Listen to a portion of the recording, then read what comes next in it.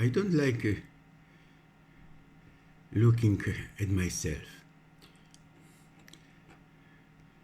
The Adventures of Marquis Freckles. Dear brothers and sisters, the erroneous conception of human nature and the human person is spreading more and more, a concept that weakens its very protection and gradually allows serious abuses under the guise of good. Pope Francis warned. So Archbishop Sarto, the future Pope Saint Pius X, extensively developed the catechization campaign. He introduced biblical studies, church history, and social economy to the seminary for 120 years. He also tried to reform church music in order to purify it of elements foreign to the liturgy. He did not hesitate to encourage his priests to preach deep, heart-touching sermons. His words to priests are famous, saying, "You preach many good sermons. Some betray the fire of the most wonderful eloquence and surpass even the actors in gestures and facial expressions. But let's be honest, what do our poor fishermen get out of it? How much of this do maidservants, dog workers, and porters understand? One can get dizzy from these Hamletic hurricane salvos, but the heart, brethren, the heart remains empty. I beg you, brethren, speak simply and plainly, so that even the simplest man can understand you. Speak from a good and pious heart. Then you will reach not only the ears, but also the soul of your listeners. What can I tell you from the heart? Dearest, what to do on vacation? I recommend trips to the outskirts of cities at the end of summer.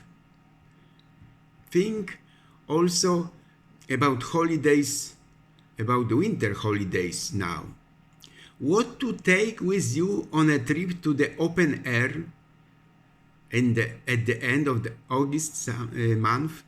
I won't say it, because most often I travel with a plan, but I go off the beaten track, proving that the outskirts are just as interesting and sometimes even more.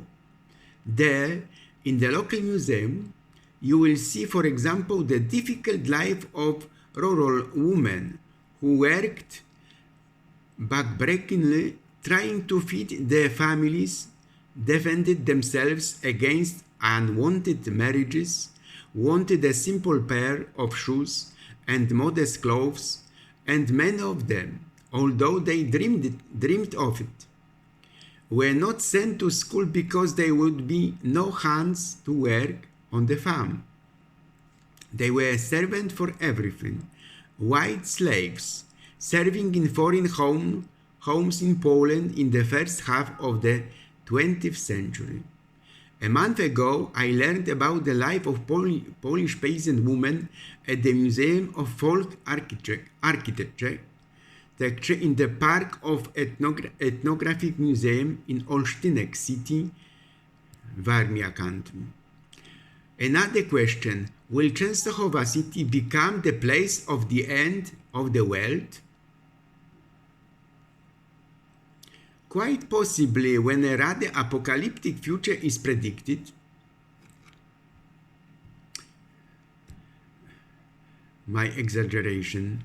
In this vision, cranes and sparrows are an absolute rarity as long as you can hear them in the city. But in Silesia, vultures appear more and more often. They are brought here by warm currents from the south. It doesn't end there. After the epidemic disaster reminiscent of COVID, in Częstochowa city it is difficult to recognize the urban landscape. Avenues of the Blessed Virgin Mary, especially Third Avenue, excluded from the white traffic because it was supposed to be a promenade not so much to heaven and Our Lady of Częstochowa, but to hell, that is, to an underground tunnel for tourists. A meadow of flowers grows on the tram tracks. The parking spaces have been populated not by cars, but by pots with plants. The well-known Speedway Club has ceased to exist. Discount stores have disappeared, and the passage Wałęsa Wernickiego stood empty and was taken over by the city. How to live there? My hero, imagine, who appeared here, Derek Ren, who loves birds and Japanese kofunas, travels the city on a bike. You can follow in his footsteps, looks at the famous places, peeks at the life of a post-apocalyptic small capital of the once textile industry. What about the world we don't respect? I promise you strong impressions. Imagine, years ago I met John Sambor, another my hero, who fell from a balcony from a height of 8 meters. He shattered ribs, vertebrae, and skull, but escaped with his life. Rehabilitation was arduous, and during his convalescence, this thoroughbred traveler and walker, who had traveled the Himalayas on foot, cycled around the world, and lived in a Siberian hut, decided to walk all over Poland. And he kept his word, abandoning the beaten track, choosing the eponymous wild path, forgotten, immersed in silence without a living soul among the thicket that closes immediately behind the walker. And analyzing many of his affairs along the way, it is not only a dream offer for hiking enthusiasts, but also a praise of nature, wildness, and also an opportunity to break out of the concrete jungle and immerse yourself in greenery. What else can I tell you from myself? Don't have anywhere to go at the end of your vacation? I suggest a few places that I would visit again myself. Prices are not narrow. It can be expensive that day. On the Baltic Sea, Dźwiżyno and Hotel Access Medical Spa, Aquarius, Swok, Poland. I was born by the water, where there was plenty of forest. Water, not the sea, but water and the aquen of the water. So Busko-Zdrój, Bristol Apart Hotel, Grudziądz Rad Hotel, Pobierowo Paula Hotel, Geowita Wisła City, Darłowo Lidia Spa, Sarbinowo Sea Palace, Pałac Morski, and the Broad Hotel Bandol, Côte d'Azur, Louis Lumière, Mentona Hotel. My first trip outside Poland was Austria. Go to Zell-am-Ziller, Tannerhof, located approximately 800 meters from the Zillertal Arena lift station. This is offered for winter holiday. It is famous not only for the oldest brewery, but above all, it is one of the most thriving ski resorts in Austria, Zillertal region.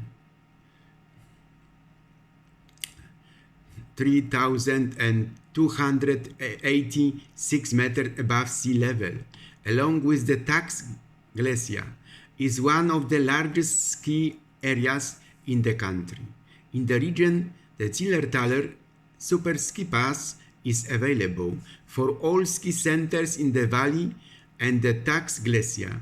The pass gives you access to 620 kilometers of piste and over 150 lifts in the Zillertal Valley, guaranteeing perfect skiing conditions and altitude of up to 3,250 meters. All cable cars and lifts are connected punctually by ski buses in high season. You love sports and attractions, so snowboarders will surely get their hearts beating faster because of the possibility of skiing in deep snow. Sportbahn Capuans, Wildenkrimmel, Kreuzach, and freestyles can go wild in Gerlos. This region has been awarded as one of the top free snowboarding destinations in Tyrol. Great fun is guaranteed by the mega half-pipe, 100 meter long, 14 meter wide, 3 meter high. I also recommend a trip to the Hintertox Glacier, which is one of the best in the Alps due to its size and challenging routes. Then fall in love with the Ziller Valley, but also other places, Traube, Vlies, West Tyrol, Gostling, Waldersruhe Hotel, Bergheil, Kaprun, Ulrichsberg, Bremerwaldhof, Malnitz, Bad Kleinkirchheim, Karls am Großglockner, Bruck an der Glockner Straße, Hotel Lukasmeier. Cheapest in Austria in Carinthia, most expensive in Switzerland, but visit Wallis, Zermatt, Engadina, Davos, Switzerland, Sonnenhalde, in Saxony-Ilsenburg, Waldhotel am Ilsenstein, Willingen in Hesse, Arzbach, Czech Republic, Livigno, Valdisole, Monclassico Hotel, in Savoy Le Corbier, Vostok, in Croatia, Tar Istria, Lanterma Sunny Resort, Tuzepi Blues San Alga, in Bulgaria, Ivana Palace Hotel, Sunny Beach. For tourists at checkout, I recommend Varna city, very great big kurort, and Griffith Foresta Resort. Many of you with a t-shirt in a travel bag. Only which one? I have a whole collection of these, which I gathered almost imperceptibly. I could write a book on my beloved t-shirts. Because I bought cheap t-shirts, because I got them when I went to parties, because someone gave them to me. I doubt if such a statement of mine will be useful to anyone, but maybe it will at least be a source of knowledge about old customs and the fact that I used to live casually wearing t-shirts. Actually, it's not the t-shirts themselves that are cool. It's the people in them that look cool, especially the story of getting the t-shirts of these people. If the price of the t-shirt is too high, I just give up. I treat clothes as a utilitarian, although flavors in the form of an interesting print are an added value. Do you know that I have also been to the British Isles, to London City, and I could meet the intriguing life story of Roland Baines, hero of the book John McEwan, husband and father of a small son, a Londoner, whom his wife has just mysteriously left. The search for the woman is fruitless, but for Baines, her departure is just one of many unfinished and painful matters. The first one is the piano lessons taken at the boarding school, which lead to an unexpected meeting and years of trauma. In the extensive nearly 600 pages novel entitled Lessons by John McEwan tackles the subject of war, communism, Thatcher's England, and above all analyzes the source of life's failures of Roland Baines. A man without qualities, lost in life and feelings. Perhaps one of you will pull out a new volume by author Eva Lipska at the end of the holidays, these holidays, whose title refers to Bach's famous Goldberg variations. No wonder the author is a persistent music lover, and her hero, he appearing as Goldberg, may bring to mind Mr. Cogito, see Zbigniew Herbert, Polish writer and poet, pondering over the world and its condition, although here in a more succinct Mark Twain form, minimum words, maximum sense. Who is Goldberg? Certainly not a tourist, but rather a sleepless, astute observer of life, and he suspects that he is a syndrome of birth defects, who does not like poetry, but lives in a country where a new poet is born every second. Thrice on his own graves, he likes royal funerals so much. He admires nature, contemplates concepts, and is slightly ironic.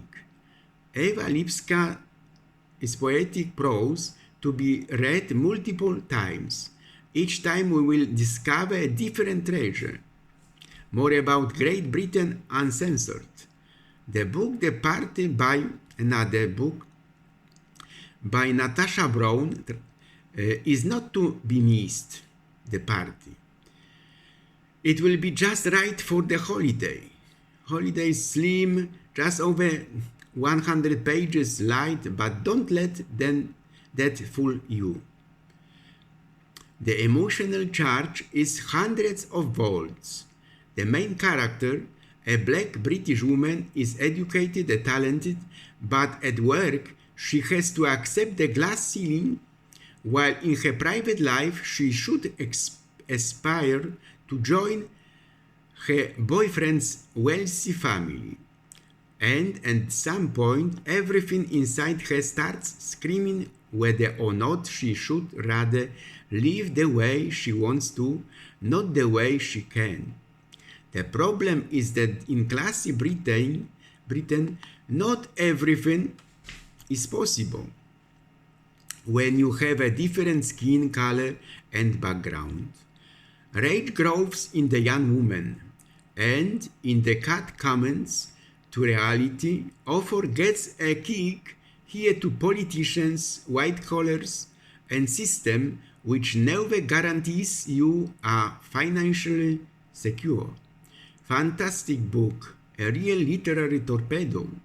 Finally, I recommend The Last Dream by Pedro Almodovar. For years, the director's texts were tirelessly archived and organized by his long-time collaborator, Lola Garcia. The folder swelled because Almodovar admits that he always wrote ended up in cover mess drawers, and finally, years later, the assistant decided to let the boss read them and publish them. The stories contained in the book are simply interesting, sometimes intriguing, and the author draws handfuls of tradition, including the Bible, well-known fairy tales, a lot also from his own biography, and perhaps the most interesting fragments are just memories when he writes, for example, about meeting Andy Warhol, who was introduced to the director as a Spanish Warhol, or about how after the premiere of Tie Me Up, Liza Minnelli would walk down the metal stairs for him, singing New York, New York. Perhaps also about the hardships of writing alone. These pieces are literally devoured. Do you know that I was walking around Berlin one day? So go not to Berlin, but around Berlin. It makes sense. Brighton living in Berlin. Paul Scraton decided to show readers that it's worth going not only to the capital of Germany, not very representative for this country in a way, but also to make a slightly wider cycle. Paul Scraton. On food on the outskirts of Berlin, the author introduces other districts of the great metropolis. We look at the Tegel, and I was there once day at the Gropiusstadt estate, where once lived Christian F., the heroine of With the Children of the Zoo Station, probably the most famous book about drugs among minors at the Biesdorf Hospital in the eastern suburbs, which within its walls kept the stories of mentally ill patients murdered by the Nazis in the pre-war period. Scraton's walks around the outskirts can be architectural gems for you, beloved. The author uncovers interesting stories related to the city once divided into the western and eastern spheres and of influence and belonging issues. We are still in Berlin, or as the people of Spandau agree, not anymore. An interesting alternative to holiday hiking. Instead of going to the center, sometimes it's worth going to the periphery. I especially remember Charlottenburg, Kreuzberg, Neukölln, Tempelhof, Adlersdorf, Köpenick, Schönefeld. I'm about to finish, because, chimerically, very often now they call me on the phone, demanding, of course, my heart. And then Godmother tells me, turn off the damn secretary. So I also do not agree with that attitude of the modern woman. Come to me and talk face to face. Praise be Jesus Christ.